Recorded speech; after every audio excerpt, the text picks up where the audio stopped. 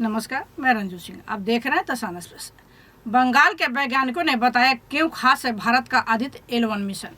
चंद्रमा पर सफल लैंडिंग के बाद अब भारत सूरज की बनावट का अध्ययन करने के लिए तैयार है। भारत का आदित्य L1 मिशन पर न केवल देश बल्कि पूरी दुनिया की निगाहें टिकी हुई हैं। यह मिशन अपने आप में बेहद खास है। इस मिशन से पश्चिम बंगाल के वैज्ञानिक वरुण विश्वास भी जुड़े हुए हैं। वह 5 सदस्यों की उसी टीम का हिस्सा है जो आदित्य L1 मिशन से हासिल होने वाले डाटा का विश्लेषण करेंगे।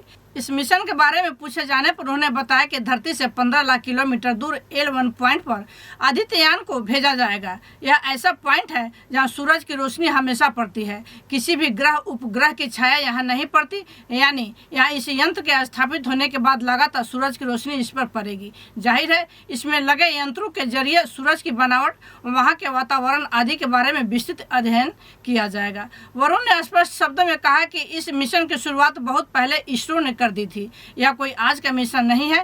केंद्र में जब कांग्रेस की सरकार थी उन्हीं दिनों से लगातार आदित्य L1 पर काम हो रहा है। यह एक प्रक्रिया है जिस पर काफी पहले से काम चल रहा है। इसरो का यह बेहद ही महत्वाकांक्षी मिशन है क्योंकि यह भारत का पहला और अध्ययन अभियान भी है। उन्होंने बताया कि रॉकेट से प्रक्षेपण के बाद अमूमन होता यह है कि चौतरफा गुरुत्वाकर्षण की वजह से यान अपना रास्ता भटक जाते हैं। इसलिए वैज्ञानिकों की एक टीम लगातार आदित्य L1 मिशन के सफर पर नजर रखेगी। अगर कहीं भी आदित्य मिशन अपना रास्ता भटकता है तो इसे श्रीहरिकोटा स्थित केंद्र से कमांड भेजकर सही रास्ते पर लाया जाएगा।